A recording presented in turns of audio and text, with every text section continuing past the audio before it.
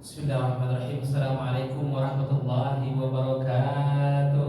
Waalaikumsalam warahmatullahi wabarakatuh. Alhamdulillah, wassalatu wassalamu ala Rasulillah Sayyidina Muhammad bin Abdullah wa ala alihi wa sahbihi wa man wala amma ba'd. Asyhadu an la ilaha illallah wahdahu la syarika lahu wa asyhadu anna sayyidina Muhammadan abdullahi wa rasuluhu la nabiyya ba'da. Rabbi shrah li sadri wa yassir li amri wa hlul 'uqdatam min lisani yafqahu qawli. Subhanaka la ilma lana illa ma 'allamtana innaka antal 'alimul hakim wa tub 'alaina innaka antat tawwabur rahim. Wa la haula wa la quwwata illa billahil 'aliyyil 'azim. Ibadallah fa inni musikum wa iyaya bi taqwallah. Taqwa ilahil 'alamin fa innaha 'izzun wa 'izzun fid dunya wal marji'i. Fiha minad darin wastamsik biha walzam tanalu ma tashtahi wa tad'i. Puji syukur mari sama-sama kita panjatkan kehadirat Allah Subhanahu wa taala atas limpahan karunia-Nya, nikmat-Nya, keberkahan-Nya, sehingga di malam yang mulia ini, di tempat yang teramat mulia ini, Allah Subhanahu wa taala masih mengizinkan kita, memberikan nikmat-Nya sehingga kita diberikan kesempatan untuk menghadap kepada Allah Subhanahu wa taala dan juga mengkaji ilmu Allah Subhanahu wa taala. Salam bersama-sama kita kepada junjungan Nabi Rasul Muhammad sallallahu alaihi wasallam, pada keluarga sahabatnya, kerabatnya, para pencintanya, para pengikutnya, semoga tetap diberikan sunnahnya. Semoga Allah Subhanahu wa taala masukkan kita ke dalam zumrahnya di dunia wal akhirah. Amin amin ya rabbal alamin. Ibu bapak yang dirahmati Allah Subhanahu wa taala, kita acap kali terjebak dengan konsep, memahami konsep rezeki. Rezeki itu apa? Sudah ditetapkankah? Di mana kedudukan ikhtiar manusia? Sebelum masuk ke inti pengajian kita malam ini, izinkan saya untuk menghadirkan sebuah kisah. Di zaman dahulu, Nabi Allah Sulaiman alaihissalam punya keistimewaan bisa bicara dengan makhluk manapun. Ngerti itu, ketemu apa saja ngerti. Subhanallah ya. Punya kekuatan dengerin orang ngomong. Saya kalau dikasih kesempatan oleh Allah bisa dengerin orang lain ngomong dari jauh. Saya pengen tahu orang di DPR ngomongin apa ya. Kalau kira apa ngomongin apa ya? Bener nggak ngomongin kita? Kalau bapak DPR ngomong benar. Allah dikasih kursi, lakukanlah amanahmu dengan baik. Nabi Allah Sulaiman alaihissalam sekonyong-konyong diberikan oleh Allah Subhanahu wa taala pemandangan yang begitu menakjubkan. Pada waktu itu beliau diperlihatkan oleh seorang atau seekor semut. Semut ini kecil tapi kuat. Menurut ahli, dia bisa mengangkat beban lebih daripada berat badannya. Kita punya berat 70, bisa nggak angkat 80? Belum tentu bisa. 25 kilo aja kadang-kadang udah asam urat, keluar, pinggang udah mulai nggak kuat. Semut itu walaupun kecil punya kekuatan yang luar biasa. Allah Subhanahu wa taala itu kalau kasih sebuah kekurangan, kadang-kadang di situ ada kelebihan. Cuma semut kecil, dia lebih kuat dari antum. Dia bawa gandum, diikul gandumnya, dan gandum itu lebih besar dari fisiknya. Ajib ini kata Nabi Sulaiman. Ya, penasaran kamu mau kemana ini? Kalau ente mau makan, makannya langsung. Kenapa harus ikut? Kemudian semut ini menceritakan, wahai Nabi Allah Sulaiman, aku diperintahkan oleh Allah Subhanahu wa taala untuk menemui teman saya, rekan saya, kolega saya yang ada di seberang sana, namanya Dirda. Apa itu Dirda? Katak. Jadi beda spesies, tapi subhanallah Allah kirimkan semut ini untuk bertemu dengan katak. Sampai ke katak, Nabi Allah Sulaiman tambah penasaran, kok bisa dari semut ke katak? Ini ada apa gerangan? Kata Nabi Allah Sulaiman, kata-kata Allah Subhanahu wa taala Maha Adil, yang maha menyampaikan rezekinya, sehingga saya bersama kolega saya yang bernama Semut diperintahkan untuk membawa gandum ini.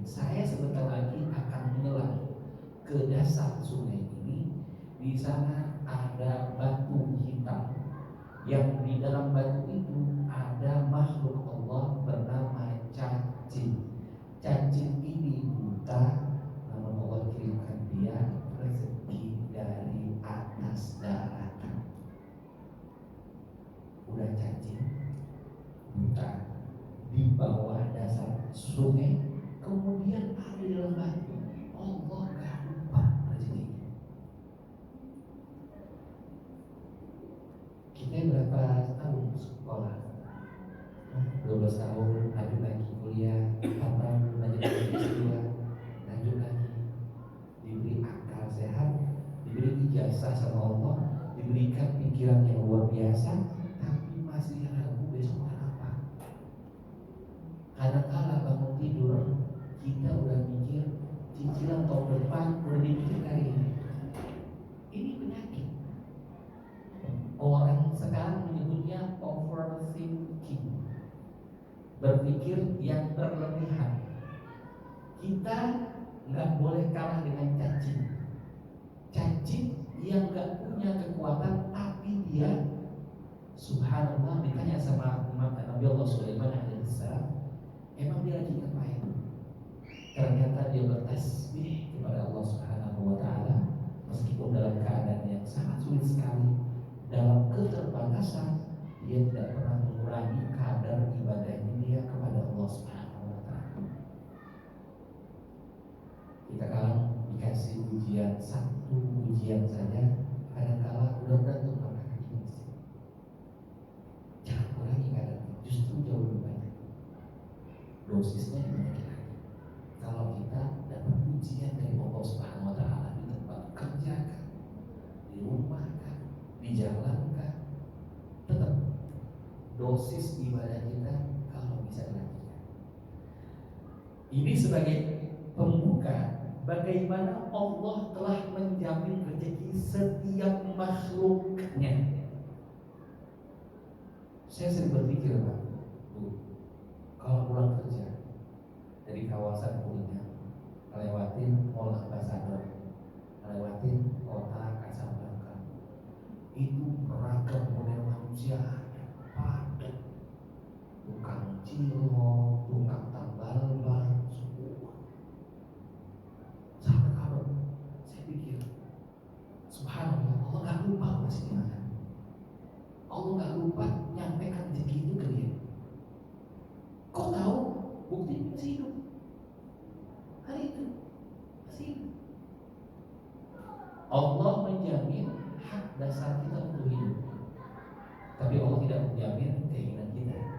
Karena keinginan orang manusia ya cukup satu dunia. Ya, manusia nggak pernah cukup satu dunia. Sampai kita dengar hadisnya, Rasulullah bersabda, manusia itu kalau dikasih satu lembah isinya emas, orang sampai sekarang ini belum ada punya emas atau lembah. Kita berpikir kan, sekarang saya masih UMR lebih dikit lah. Kayaknya kalau udah hampir 2 digit, saya kira cukup lah. Kan? Dari 2 digit naik lagi 3 digit, nongkrong nggak apa lagi, masjidnya udah beda, tempat kafe udah beda, nggak mungkin sasetan lagi, naik terus, dan itulah manusia. Dia akan minta lembah yang kedua kata Rasulullah.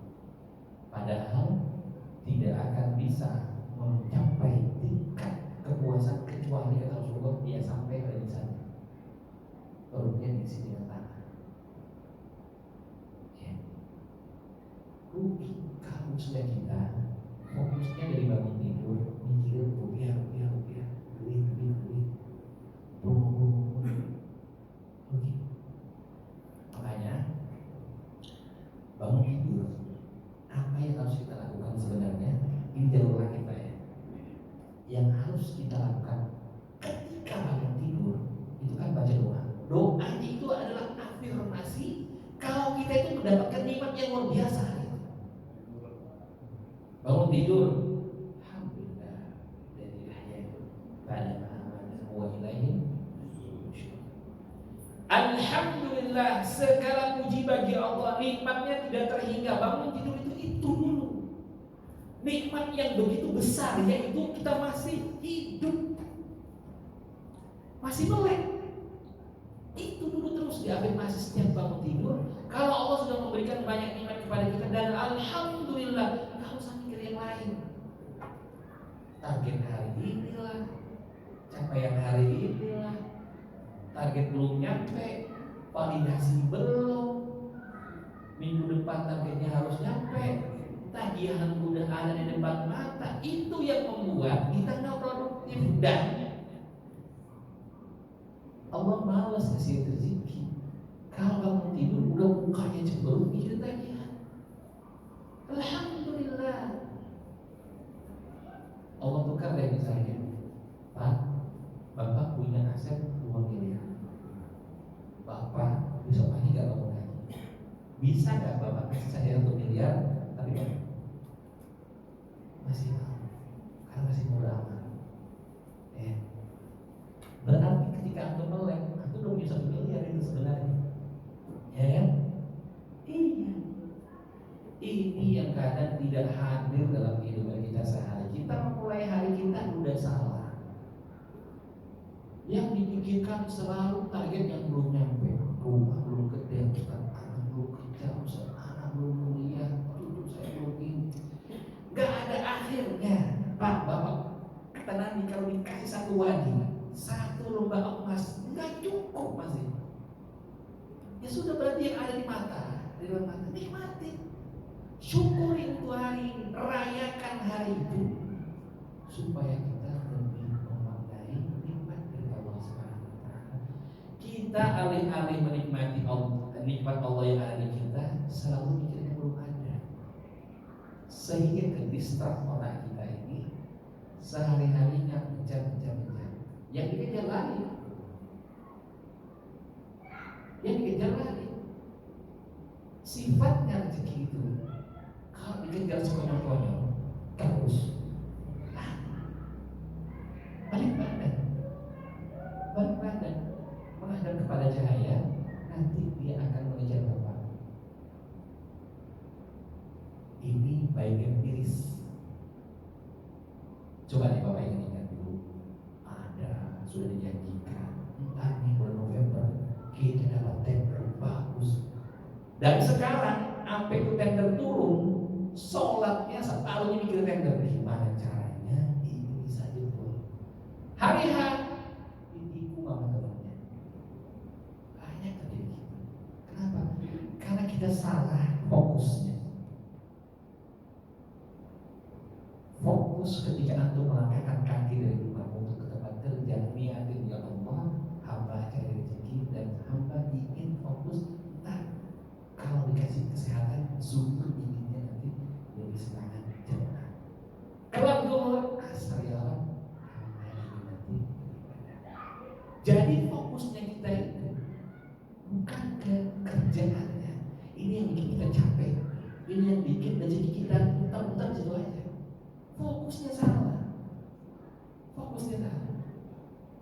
Kalau kita fokus ibadah, fokusnya akhirat, ya sambil tunggu kita kerja. Kan beda sama orang yang benar-benar dari rumah dia kerja. Kenapa? Pikirannya, fokusnya gimana caranya hari ini dapat sekian. Akhirnya apa? Kecewa. Hari itu gak dapat seperti apa yang diinginkan, capek akhirnya batin. Kalau dia ibadah, sholat zuhur dia mana?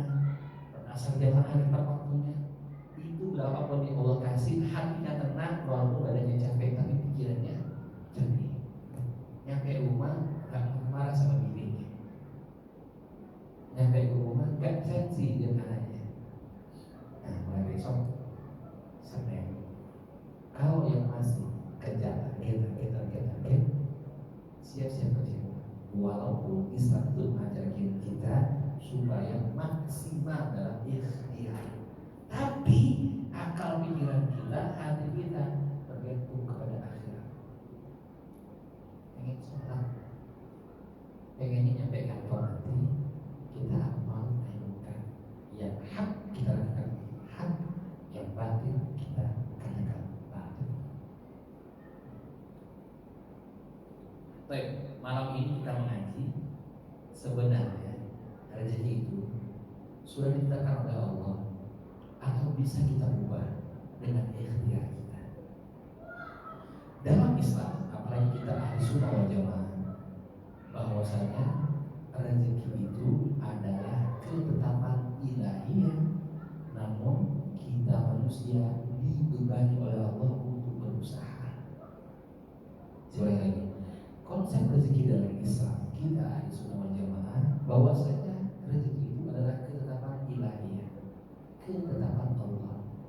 Dalilnya apa? Banyak sekali. Wa fis samaa'i rizqukum, dan di atas langit sudah ditetapkan rezeki kalian. Wa ma min dabbatin fil ardi illa 'ala Allahi rizquha. Tidak ada binatang melata di atas muka bumi kecuali rezekinya udah ditetapkan oleh ya. Gimana caranya Allah ngasih kita sebuah resep? Ayatnya apa? Wa ma min dabbatin, dan tidak ada binatang melata.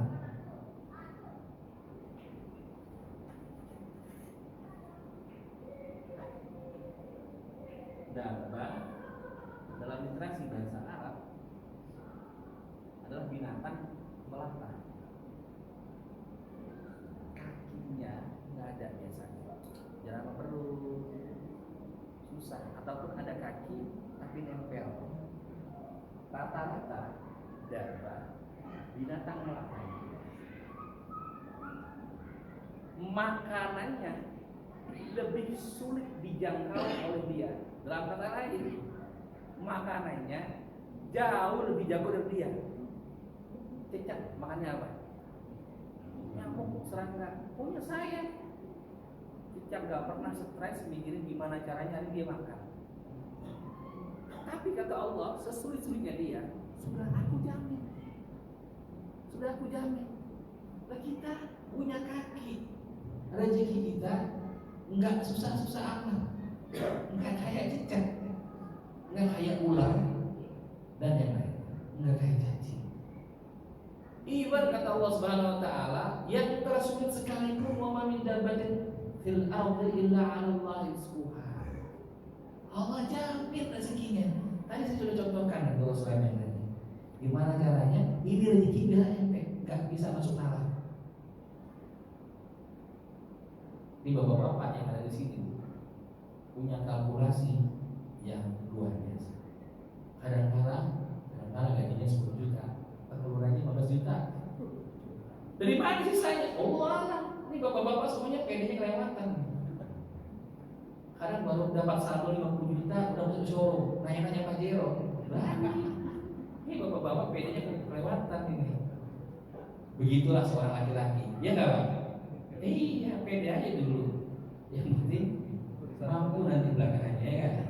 Siapa tahu bisa tawar, ya kan? Saya pernah bikin statement, kalau kita tidak mendapatkan rezeki yang tidak dikira-kira, artinya ini, antara yang kita sangka-sangka sama yang nggak disangka-sangka, lebih banyak kan kita itu dapatnya yang nggak disangka-sangka. Kalau antum bikin sehari di saat ini, dari antum lagi hujan, ketika lagi, lebih banyak nggak disangka-sangka. Ya. Nah, kalau bukan karena yang nggak disangka-sangka itu, kita nggak mungkin bisa hidup hari ini. Punten, ada yang mengatakan di bawah UMR, miliar 3. Satpam, punten. Ada yang beristri pilih 1. Itu kalkulasi gimana? Istri 1 aja UMR. Diomelin tiap bulan, kita gak pernah nabung buat beli emas. Gimana kita bisa 3? Hidup semua ada gitu. Hidup semua. Nah, kadang-kadang kita dihadapkan pada kondisi yang di luar nalar kita. Disitulah maha adilnya Allah Subhanahu Wa Taala. Kita ini kadang-kadang kita bekerja sama-sama, gajinya sama, tapi kita punya tanggungan jauh lebih banyak. Tapi Allah titipkan kepada kita sesuai peruntukannya. Hidup semua yang ditanggung kita. Justru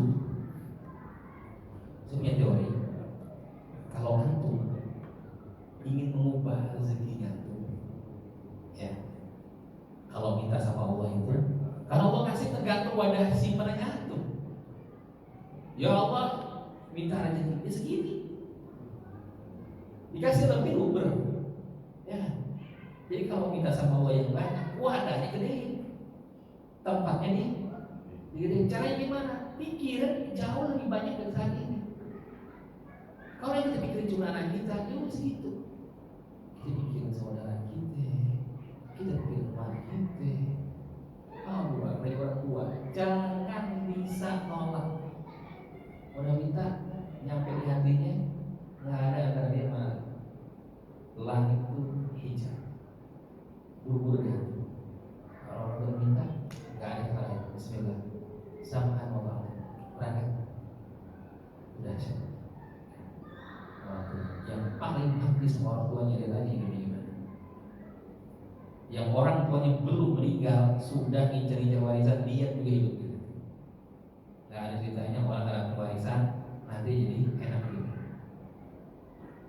Berharap ya maksudnya mempertentangkan masalah warisan, ribut masalah warisan, malu. Jadi konsep rezeki dalam Islam atau ahli sunnah wal jamaah itu adalah dia di antara ketetapan Allah dan juga ikhtiar hamba-Nya. Para sahabat pernah bertanya,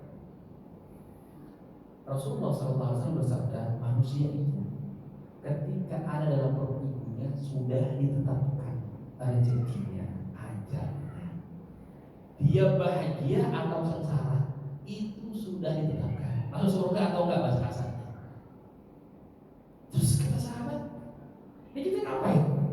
Ya Rasulullah, kalau kita masuk surga ditetapkan, kita ngapain? Kita capek sholat, itu masuk surga. Kalau udah ditentukan masuk neraka, terus capek banget, kita bangun malam, ujung-ujung masuk neraka. Pernah nggak kepikir kayak gitu? Kalau udah dipastikan kita surga misalnya, nyantai banget, ngapain capek-capek? Kalau sebaliknya masuk neraka, waduh, gak malam dan begini. Kenapa? Karena saya sholat itu masuk neraka. Ini pernah lo terlintas di hati para sahabat. Jawaban Nabi sangat-sangat diplomatis sekali. Fa'amma man a'ta wa ittaqa bil husna fasanuyassiruhu lil yusra wa amma man bakhila wa istaghna wa kadzdzaba bil husna fasanuyassiruhu lil usra. Intinya manusia itu diberikan beban untuk berusaha dan Allah akan mudahkan dia untuk apa dia diciptakan. Kalau dia dalam perut ibunya sudah tertulis Pak Sugeng ini ahli surga, maka dimudahkan oleh Allah memberikan kesempatan dia berperilaku ahli surga. Di mana ahli surga? Di masjid, tempat Quran, di tempat-tempat orang yang membutuhkan kita, bantuan kita. Inilah amal-amal ahli surga. Artinya apa? Kalau kita itu sudah mudah sama Allah, dimudahkan untuk ngaji, jamaahan, mudah-mudahan kita bersyukur kepada Allah, berarti Allah menginginkan kita kebaikan. Berarti kayaknya orang-orang ini kalau mungkin jalan ahli surga, ya. Tapi kalau masalah hidup kita pernah ke masjid ada aja, mau ke taklim ada aja, halangannya. Mau jadi orang baik susah banget. Taubat sehari, 7 hari mabuk lagi. Taubat lagi habis itu sakit, mabuk janda lagi. 2 minggu. Salah kayak istiqomah. Ini harus cepat balik. Apalagi usianya lebih dari 40 tahun. Itu iblis aja. Itu mukanya begini. Kalau ketemu dengan orang masih jadi ahli maksiat. Kenapa? Gue kapok nih. Ini orang bermaster. Saya aja sedang sama dia, takluk sama dia. Lebih dia dari iblis lagi. Kenapa? Karena habis 40 tahun dia masih anak muda, masih gugum-guguman, masih cari sesuatu sebagai pemuas hawa nafsunya. Orang yang seperti ini bisa kena. Kenapa? Karena udah nggak perlu dia apa-apain, nggak perlu capek-capek digoda lagi, nggak perlu jorok-jorokin masuk neraka. Dia jalan dengan sendirinya. Kira-kira begitu. Jadi modelnya kagak ada yang bongkar kunci. Udah dia 50 semua kayaknya. Casingnya lo kayak begini kayaknya. 50-an ya. Jadi jangan sampai kita tergolong hamba Allah 40 tahun keburukannya masih jauh mendominasi daripada kebaikan.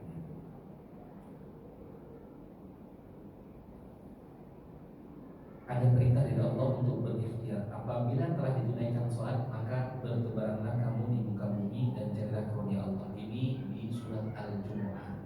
Fa idza qudiyatis sholatu fantashiru fil ardi wabtaghu min fadlillah wadhkurullaha katsiran la'allakum tuflihun. Nah, ini salah satu tips kita cari rezeki yang ada dalam Al-Qur'an. Ada tipsnya. Hari Jumat itu jadikan hari yang istimewa. Di sini saya yakin ada pedagang, di sini ada pengusaha. Nah, hari Jumat itu hari istimewa pedagang. Karena satu-satunya disebut dalam Al-Qur'an. Kalau telah selesai sholat Jumat, maka kalian bertebaranlah di muka bumi. Cari yang paling mantap dari itu Jumat. Di Hadramut, di Yaman Selatan, itu sudah menjadi tradisi.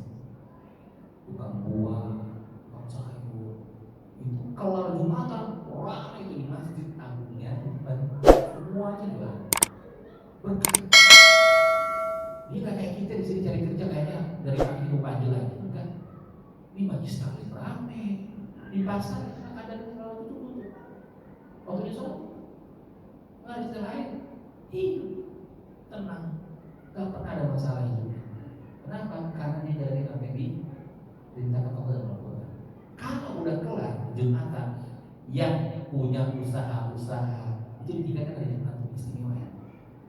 Bertebar ke bumi. Kalau kita mau cari nasabah harus Jumatan. Orang-orang yang kerja di salah satu institusi, instansi, marketing, semuanya Jumatan atau Jumat itu umat tuh pasti.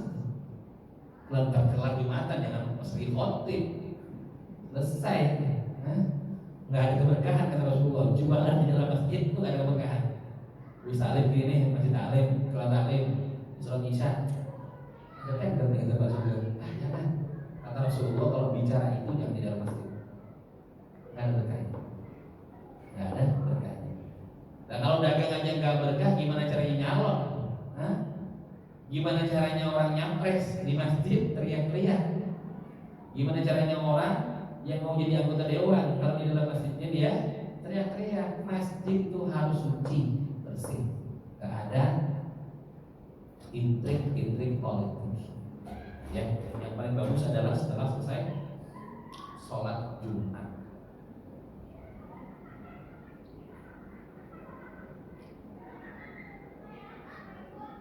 Yang lebih penting lagi dari mencari rezeki adalah adab mencari rezeki.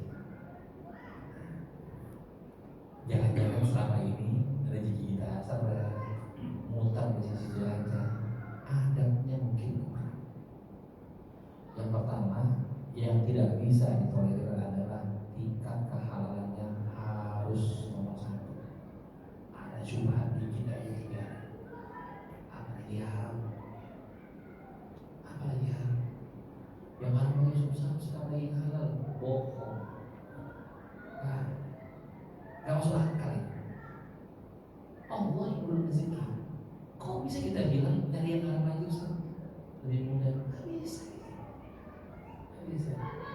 Sering ya orang menceritakan para pendakwah Sayyidina Ali yang naruh kudanya ternyata dijual sama tukang parkir 2 dirham.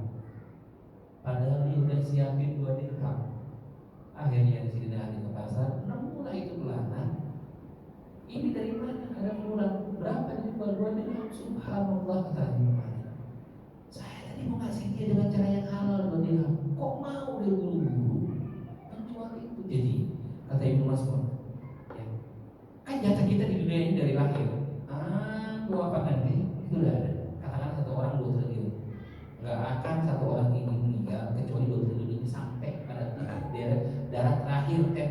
terakhir harus nyampe ke orang ini. Nah, kalau kita tergesa-gesa, tidak memikirkan halal dan haramnya, jatah kita yang halal itu diambil. Seandainya gini, si fulan nyuri duit negara 200 miliar, ya, 200 miliar. Itu koruptor, dia udah punya hitungan. Kalau saya mengambil duit 200 miliar, masuk penjara 2 tahun, kosnya sekian, saya masih punya 50 miliar di sini. 50 miliar kalau saya nanti saya sebagai ASN, nggak akan nyampe. Bohong seperti itu. Kata Ibnu Mas'ud, rezeki halal itu udah, tapi karena kamu ngambil yang haram, akhirnya enggak jadi. 50 miliar yang Allah sudah siapkan yang halal, ya, nggak jadi karena antum menempuhnya dengan cara yang halal. Udah begitu plus, alhamdulillah ya, ada yang diuji habis itu, istrinya sakit, seumur hidup, anaknya cacat, anaknya narkoba, anaknya bermasalah, nggak ada yang tenang. Coba kasih saya contoh orang yang ngambil duit haram, kemudian hidup keluarganya, hidup dianya tenang sampai meninggal.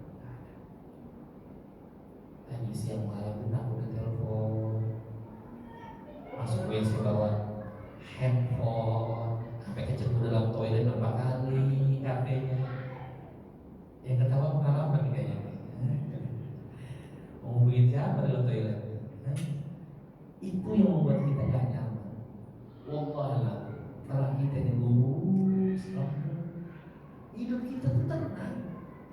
Apa yang kita takutin nggak ada. Saya nggak pernah takut dipanggil KPK. Nggak pernah. Karena yang saya lakukan bersih. Emangnya kalau kita punya 20 miliar, 200 miliar, Bapak udah bubur makannya besok pagi, nggak bubur lagi, kritil, apa ya? Batu kecubung, pemata makannya. Orang yang punya uang banyak makanya itu doang juga sama. Dan terus ngapain? Harus ngambil sesuatu yang haram. Makanya tetap sama. Nasi goreng lagi, nasi goreng lagi. Ya, toprak lagi. Yang berubah besok. Nah, ini kita nggak bisa jadi orang rondo. Makan, sosok makan roti sama keju. Jam 10 udah mules perutnya. Langsung jadi orang kaya kayak orang londo. Nggak bisa. Jadi pertama harus memikirkan kualitas kehalalan. Jangan masukkan sesuatu dalam rumah kita, sesuatu yang bukan halal. Udah banyak contohnya Pak. Saya tuh banyak banget dapat curhatan orang-orang yang ada rente, ya, hidupnya karuan berantakan. Allah ingin untuk merangi orang-orang yang begini. Allah ingin merangi orang yang seperti ini. Itu kayak gimana sih? Di muka buminya Allah, kita langkahin Allah. Kita tak pakai aturan Allah. Ahli sunnah wal jamaah di antara qadariyah dan jabariyah. Qadariyah itu segala sesuatu bisa diusahakan. Jadi kita dapat rezeki itu karena usaha kita tok, tanpa ada campur tangan dari Allah Subhanahu wa taala. Namanya qadariyah. Enggak boleh orang kayak gini. Baru dikasih sakit, baru dikasih COVID kemarin 2 tahun. Kemana? Mana kasih paling mampu? Yang paling cerdas, paling pintar, paling kuat? Enggak ada segede bulu. Mana musuhnya yang kemarin? Itu qadariyah namanya. Ada lagi jabariyah. Jabariyah itu ya udah ini semua Allah yang gerakin. Kita nggak punya usaha apa-apa. Ya udah saya jadi maling itu ketetapan Allah. Allah yang tetapin. Itu namanya jabariyah. Ahli sunnah wal jamaah bahwasanya rezeki itu ditentukan oleh Allah Subhanahu wa taala betul. Tapi ikhtiar kita adalah bagian daripada takdir. Seandainya kita ditakdirkan oleh Allah, hidup kita melarang, bisa nggak kita ubah takdir itu? Bisa. Dengan usaha, doa, hanya doa, kekuatan doa, keikhlasan berdoa yang mampu mengubah takdir buruk kepada takdir yang lebih baik. Ya. Jadi ada takdir yang bisa diubah, karena itu hak prerogatif Allah Subhanahu wa taala. melihat ini orang benar-benar tengah malam bangun, ini orang benar-benar bakti sama orang tuanya, ini orang benar-benar duduk di kantornya. Apa yang menjadi hak inventaris kantor dia nggak gunain untuk keperluan pribadi. Apa yang menjadi ketentuan-ketentuan di kantor yang sudah disepakati bersama dia nggak pernah melanggar. Ini orang seperti ini kok kayaknya nggak menerima kata Allah. Allah ubah takdirnya kalau kita minta sama Allah. Juga kita ini kadang-kadang terperangkap pada yang ngasih rezeki kita bos kita. Salah. Rezeki itu yang konsepnya tadi antara semut sama katak atau burung katak. Itu bos kita, itu sampai semut. Allah titipkan rezeki kita melalui bos kita lewat akuntannya, nyampe lah di rekening kita. Itu konsep kita itu. Semut, katak, nyampe kan? Jangan sampai perilaku kita saat mencari rezeki bertentangan dengan yang Allah gariskan. Berarti ini ada red area, ini adalah zona merah, nggak boleh dilakukan, nggak boleh kita berani melanggar hukum Allah Subhanahu Wa Taala hanya untuk menyenangkan bos kita. Nggak boleh kita bermaksiat kepada Allah Subhanahu Wa Taala hanya takut kita ditegur bos kita. Ada ya. Dan kita pun kalau dikasih kuasa sama Allah, punya anak buah, ingat kita hanya berperan seperti semua. Jangan yang Allah berikan jabatan, kekuatan itu menjadikan kita semena-mena. Kita ini bahkan untuk diri kita aja nggak memiliki. Tahu nggak kenapa orang itu dihukum berat oleh Allah kalau bunuh diri? Bunuh diri itu hukumannya berat sekali. Ada yang mengatakan mukhallad finnar, abadi neraka. Karena kita tidak memiliki diri kita sendiri. Kita dikasih badan, dikasih nyawa, akal pikiran ini sebagai hak guna, bukan hak milik, bukan hak milik. Maka kita nggak boleh kan menyakiti badan kita, ubah-ubah badan kita. Kita punya hak guna digunain ini untuk maksiat atau ibadah. Bunuh diri. Apa yang diberi namanya? Kita nggak pernah minta lahir ya. Tiba-tiba ada aja. Tiba-tiba lahir aja. Ini sama namanya konsep. Kenapa kita itu nanti di surga di akhirat abadi? Padahal kalau kita lihat umur kita di dunia dari 60 tahun selama hidupnya, paling berapa tahun sih ibadah? 10 tahun ada.